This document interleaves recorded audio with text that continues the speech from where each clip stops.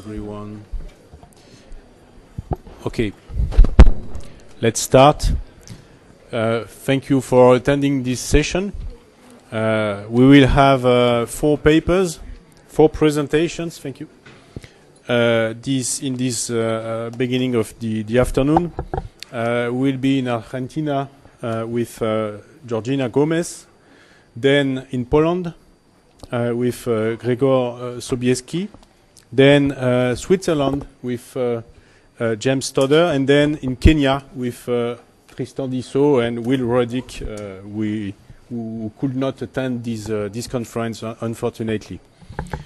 So everyone has got 20 minutes to present his or her paper, and then up to 10 minutes for the discussion. Please, you can start. Thank you. Thanks. Do I have to turn it on? Hello? Yes. I speak in English, no? I'm supposed to speak in English. Yes, this is a session in English, yes. Thanks. Okay. So, hello, everybody. I hope I will not be too monotonous after lunch. We all know what happens after lunch, right? So I'm going to speak about monetary plurality, and I'm interested to know exactly how this works. I'm going to refer for this to the case of Argentina, and what I'm going to present is part of a book that I should have submitted last month, but I will submit next month, and this is more or less finished. And first of all, in the second chapter of the book, it's not what I'm going to present today, but what we show with my co-author Vilko, who is there, is that monetary plurality has been absolutely pervasive. In the last 2,000 years, for example, since we study Rome and the Roman Empire, we see that there were all sorts of coins and stuff in circulation. So in the at least in the last 2,000 years of history, we have sufficient documentation that monetary plurality has been there. Now, after many hours of archival work, Wilco has found examples of this from China and Japan to Argentina and Brazil.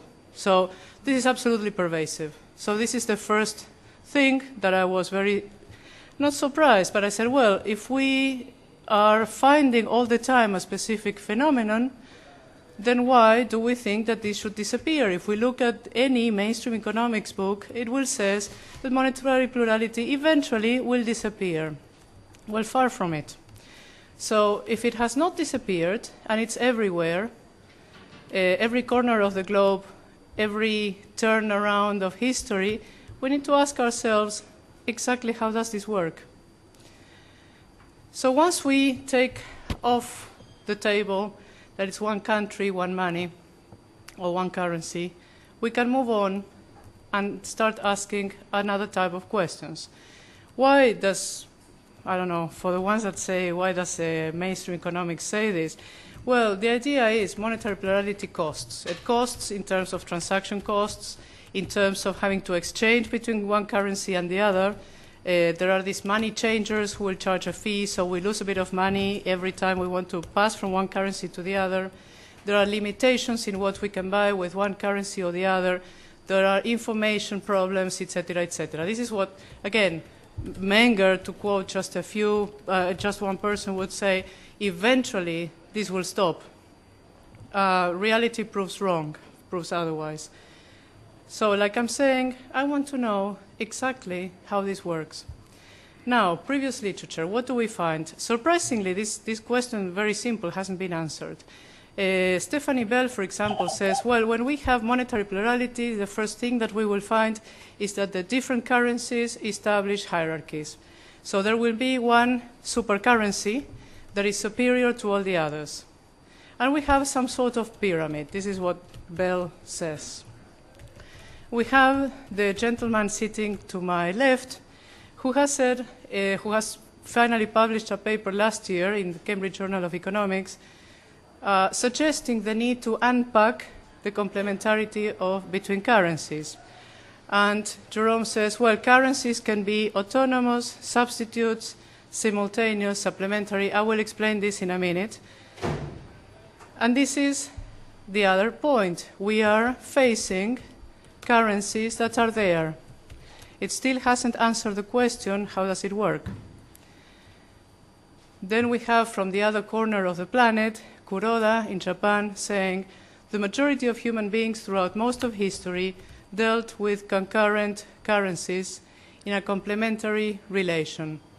He does substantiate this with historical examples, still not answering the question of how does it work. And he says, in another paper, a multiplicity of monies can do what one single currency or one single money could not.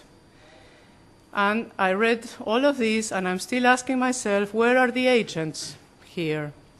Where are the dynamics? Why are we taking these currencies, these complementary currencies or monetary plurality in front of us and start analyzing from what it is already there without asking the question of how did we get there? I want to see what agents do and how they deal with monetary plurality.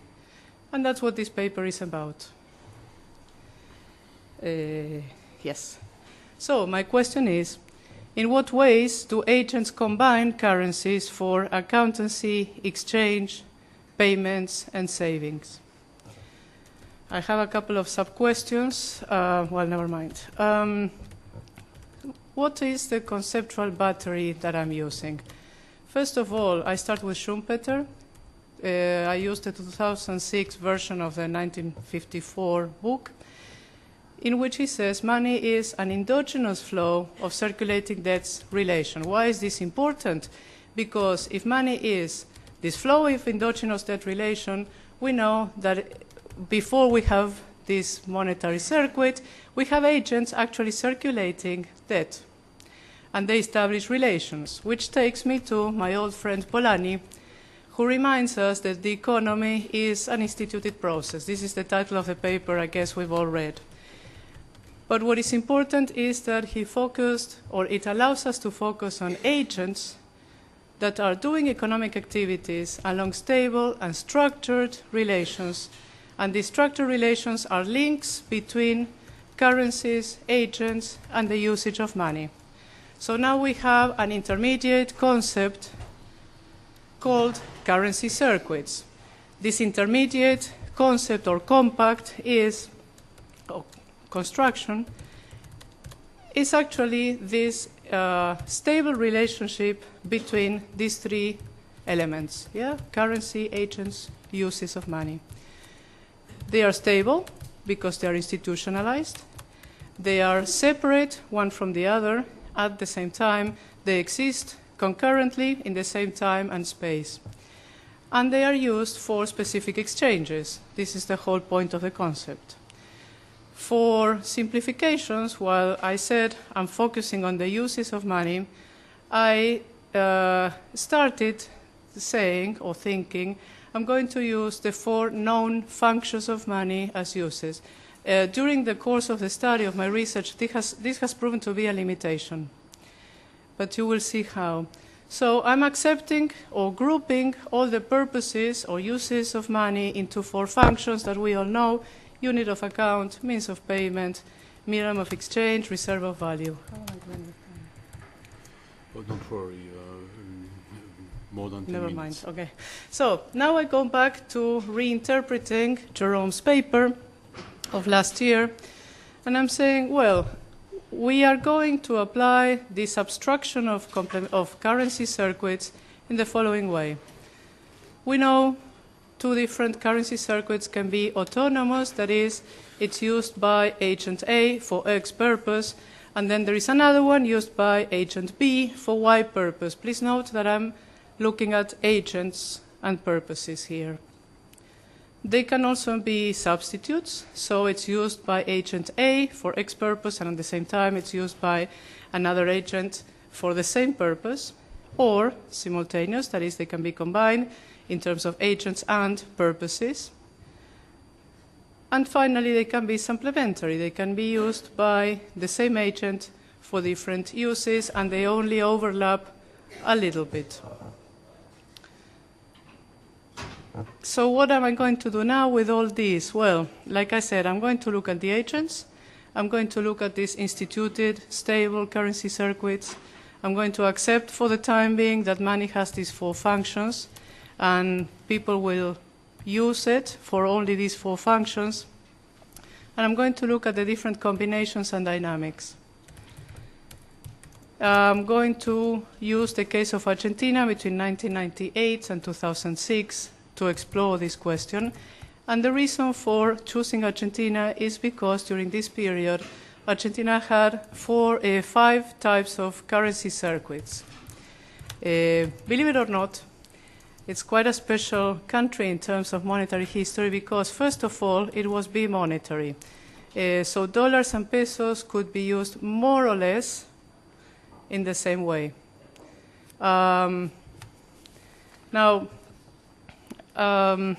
This has a lot to do with the history of inflation and hyperinflation of Argentina. We used to use dollars first for saving as reserve of value. Afterwards, you could also denominate the prices of big stuff like houses in dollars. Eventually, you would also pay for this stuff in dollars. Eventually, you could pay a taxi and sugar in the supermarket with dollars. So this was something called bimonetarism because they were more or less interchangeable. Then, during this period, or part of this period, there were a series of provincial or subnational currencies when the provinces could not pay the salary, well, their obligations in terms of suppliers and workers' salaries. They started issuing their own notes. In Argentina, these are called quasi-currencies, but in the literature you would find them as subnational currencies. And there were exactly 13 of them at some point.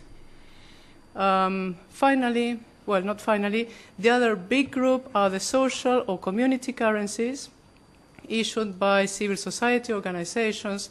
There was an enormous diversity of them. Some of them circulated nationally, others in just a parish between 20 families. And these were generically called créditos. And finally, there were the tickets and vouchers that we all use for lunches and so on. I found out during the research that this was a very restricted use, so I'm going to ignore this last type of note or means of payment. So my next step was to try to categorize, to systematize. How did households use the different currencies they had? How did they combine? What money for what? So I found out, well, of course, this is it would take me too long to go in depth, but what is interesting is that indeed dollars were used for a lot of things, but not all the things that households would need to pay. There were some things that could not actually be paid with dollars, or very rarely. I will give you a minute to explore this a bit further. And what is interesting, like I said, is not everything, there was no all-purpose money at that point. Then I took it to the level of the businesses. What did each currency, what could each currency be used for?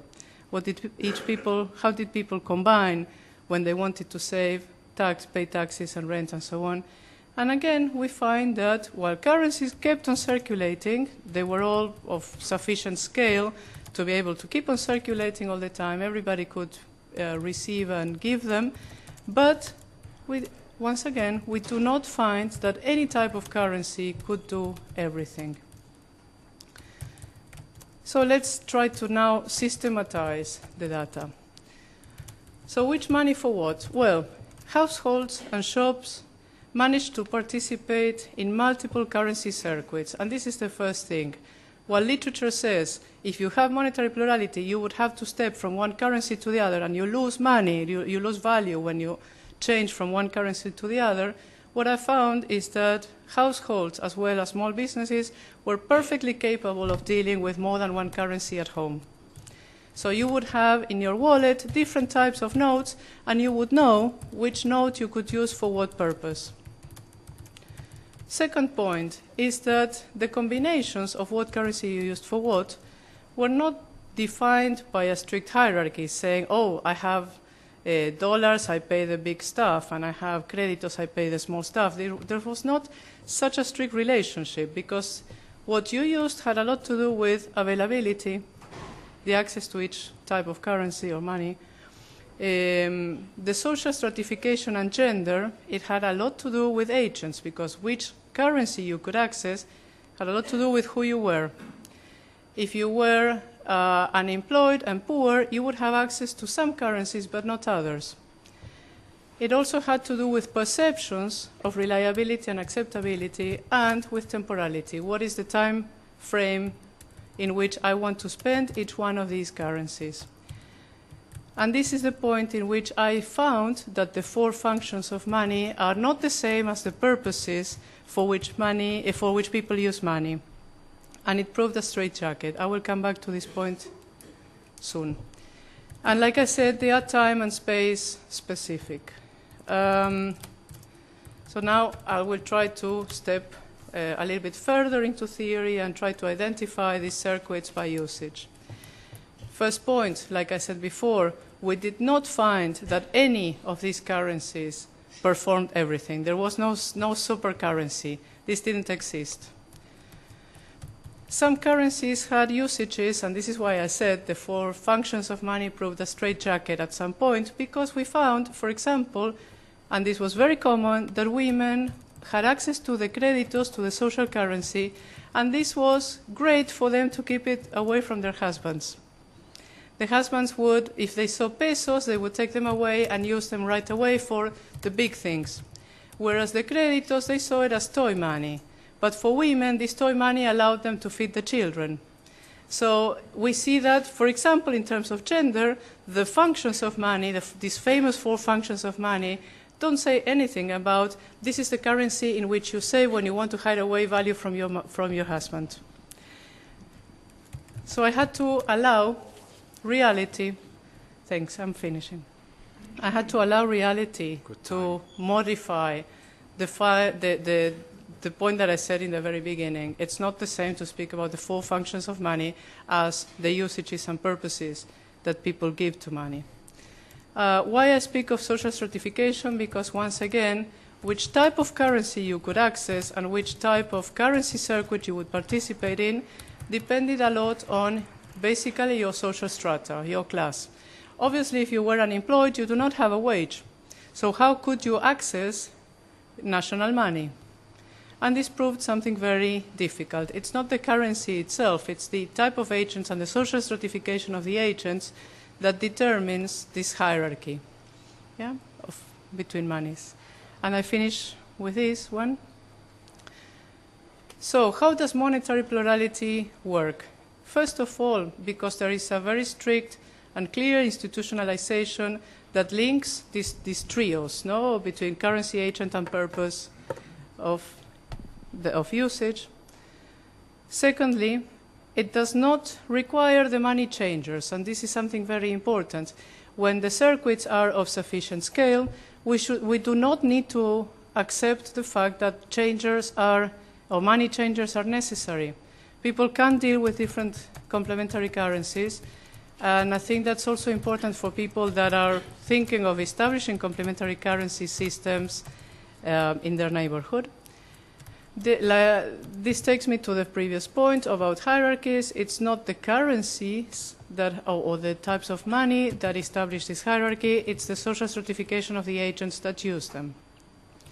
Finally, multiple currencies facilitate more economic activity than a single currency circuit. This is what Kuroda states, and in fact, I have seen this as well, because it allows people that would normally not be able to participate in an economy, for instance, women that do not work, meaning they are not employed and have a wage, so they have access, or they have means and ways of getting value for their work, of monetizing, and then, of course, spending it for the needs of the household. I'll finish before you show me the 1 minute. Thank you very much. Thanks.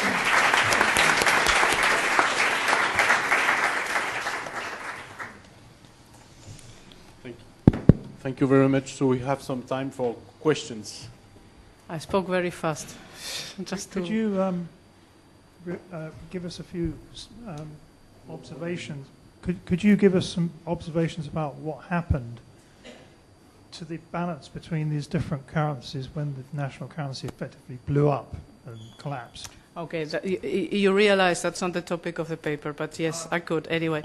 Shall you pick up or? Maybe a few other questions? Okay. Yes, I'm Philip from the University of Lisbon. Thank you so much for your work. Well, we see a lot of research and a lot of papers that claim for monetary diversity or plurality. You know, you have all these proposals of a 4 monetary system, a 3 monetary system, whatever.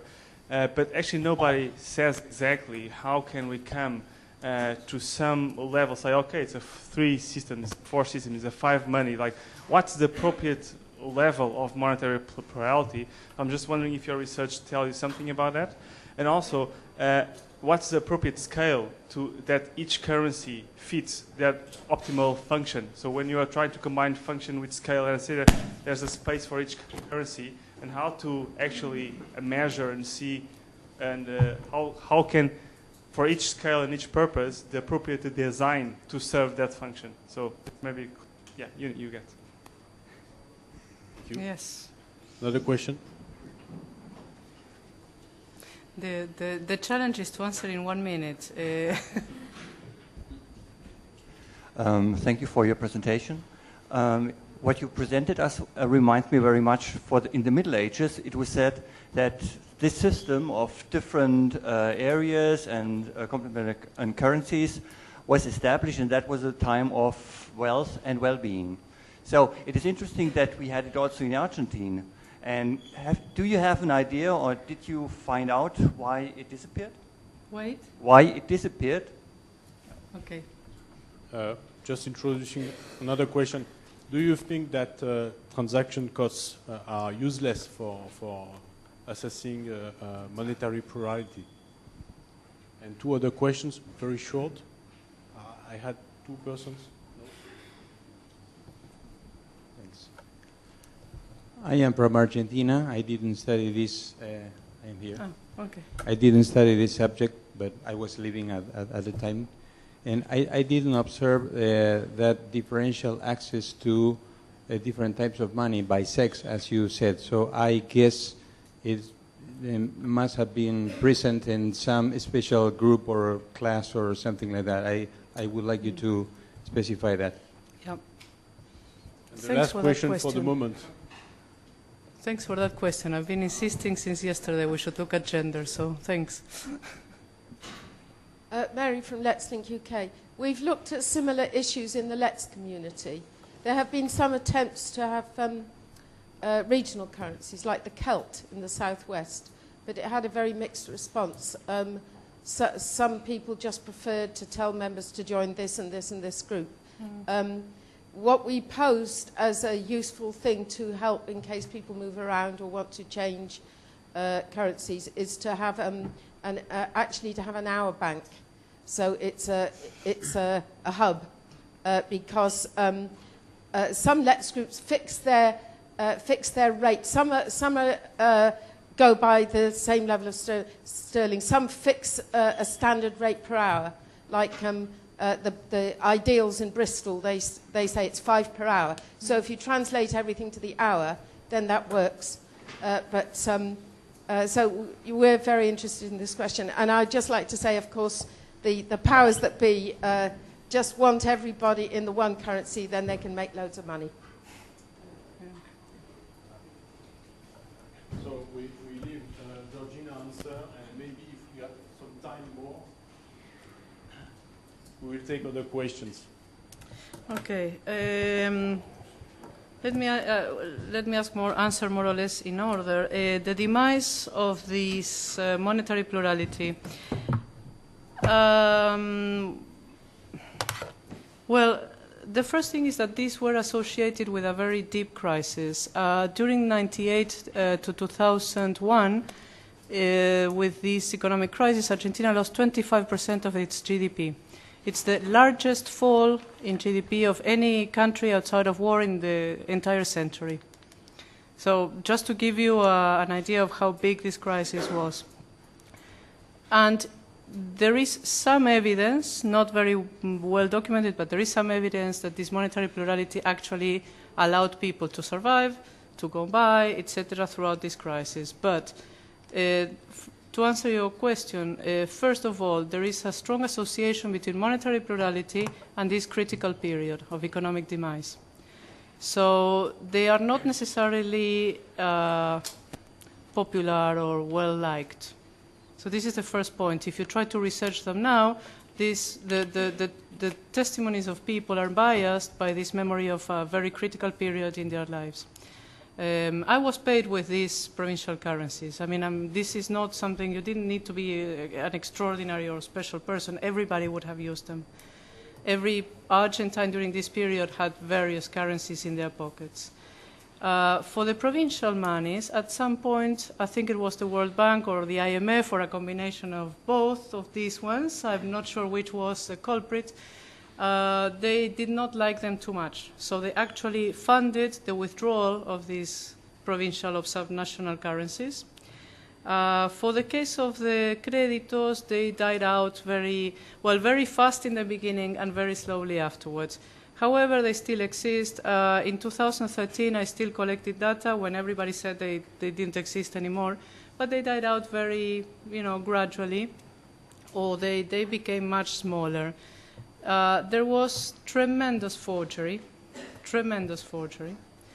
At some point, there was some, I don't know how reliable, but there was some research that showed that between 10 and 12% of the social currency in circulation was actually real, not forged. Yeah. There was a combination of political usage by, clientelism. I'm not sure if this exists in Europe, but it's, of course, in developing countries, you do have these clientelistic networks in which the one that can, print money becomes the small landlord of the neighborhood. So it was a combination of factors. Combined with corruption. At some point, this social currency was used to pay for political campaigns of the mayor. This had become so big, and there was absolutely no regulatory, no legal framework to keep them with, to give some legitimacy. Everything was social agreement. So I would say it's a lot of factors. What is the level or the scale at which it works? And I'm going to combine this question with the one, I'm sorry I can't remember your name, our Let's UK colleague. My challenge at this point is to try to think that these currencies are separated. They are different entities. Each currency circuit is a different entity. So you do not need to mix one and the other. You don't need to convert between currency and the other as long as there is sufficient variety, scale and scope in each one of the currency circuits to allow people to spend in the same currency as they earn. This is the whole point of the concept. How big does it have to be? It has a lot to do with number and guesstimation during fieldwork was you need at least 100 members to achieve sufficient scale and scope, but then you need the variety. If everybody is offering the same stuff, then of course you don't have any trade.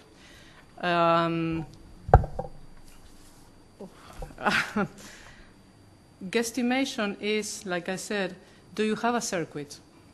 If you do not have a circuit, a possible match in circulation or in this flow, no, Schumpeter's idea, money has to flow. If you do not have a complete circuit, a complete circle in which this currency can flow, it's not going to work. How many you need? I think that question is unanswerable. I don't know if that word exists in English, but I would use it for this specific question. Are transaction costs useless? I would not say that. What I'm saying is we need to think that monetary plurality does have transaction costs, but there are ways to avoid it, and we need to be able to look at how agents behave to see how they avoid these transaction costs. And then thanks for the issue of gender. I think, and we were discussing that with another Argentine colleague yesterday. You see that gender is so important because women are much closer to an economy of need. The exact phrase was, women fill the fridge. Yeah, women would say, I am the one that fills the fridge. And this is a sentence that you would hear it, like 100 times, because they felt responsible for what the household needed, not so much for what the household would earn. So why is... Give me one more minute.